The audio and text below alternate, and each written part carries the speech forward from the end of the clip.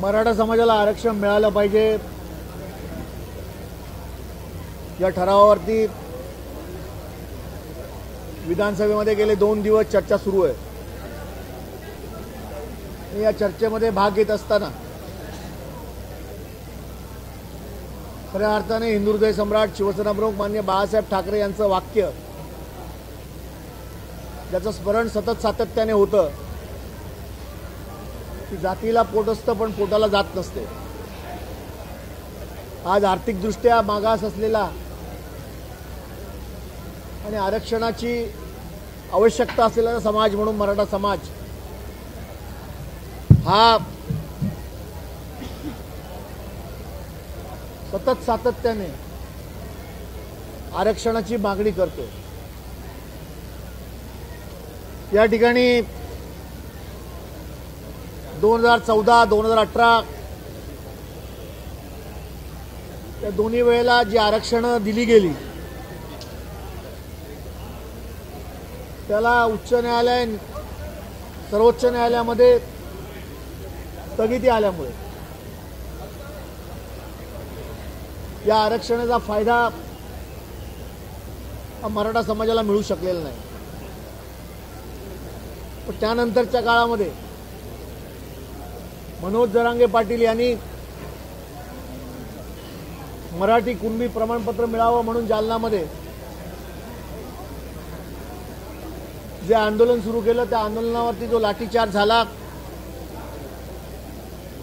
आणि अमानुषपणे पोलिसांनी त्या ठिकाणी आंदोलकांवरती ज्या पद्धतीची मारहाण केली आणि मनोज जरांगे पाटील यांनी उपोषण न सोडण्याचा निर्णय घेतला आणि मग महाराष्ट्राचं मंत्रिमंडळ, महाराष्ट्रातील विविध पक्षाचे नेते त्यांना भेटले आणि मुख्यमंत्र्यांच्या उपस्थितीमध्ये त्यांनी हे उपोषण सोडलं। त्यानंतर शिंदे समिती स्थापना झाली। मराठा कुणबी म्हणून प्रमाणपत्रासाठी हैदराबादला जाऊन देखील दस्तावेज तपासले गेले आणि आज मराठा समाजाला आरक्षण मिळालं पाहिजे म्हणून मराठा समाज मागणी करत असताना सर्व राजकीय पक्षाची देखील हीच भूमिका आहे की मराठा समाजाला आरक्षण दिलं पाहिजे। आणि म्हणून ही चर्चा करत असताना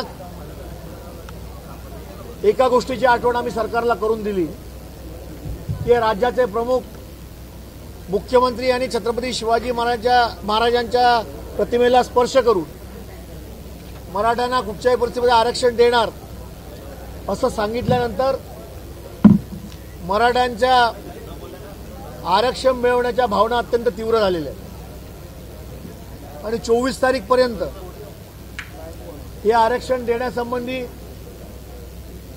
माननीय मुख्यमंत्र्यांनी त्यावेळेला जो सुतोवाच केला होता त्यानुसार हे आरक्षण सरकार नेमकं कसं देणार आहे याबद्दलची उत्कंठा आमच्या मनामध्ये आहे।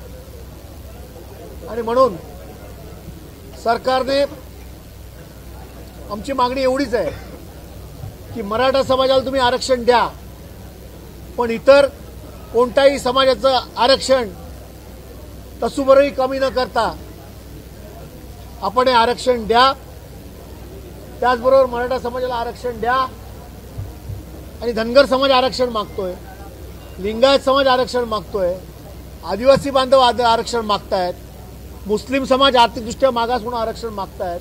त्या सगळ्यांना देखील आरक्षण द्या आणि या महाराष्ट्रामध्ये, या पुरोगामी महाराष्ट्रामध्ये जी एक परंपरा वेगळी आहे की गुण्यागोविंदाने नांदण्याची, त्यासाठी हे सरकार नेमकं काय करणार आहे हे आमच्या जनतेच्या समोर येऊ दे, एवढीच मागणी आजच्या या भाषणाच्या निमित्ताने या ठरावावरती बोलताना करताना मराठ्यांना आरक्षण या सरकारने द्यावं अशी मागणी आम्ही केली।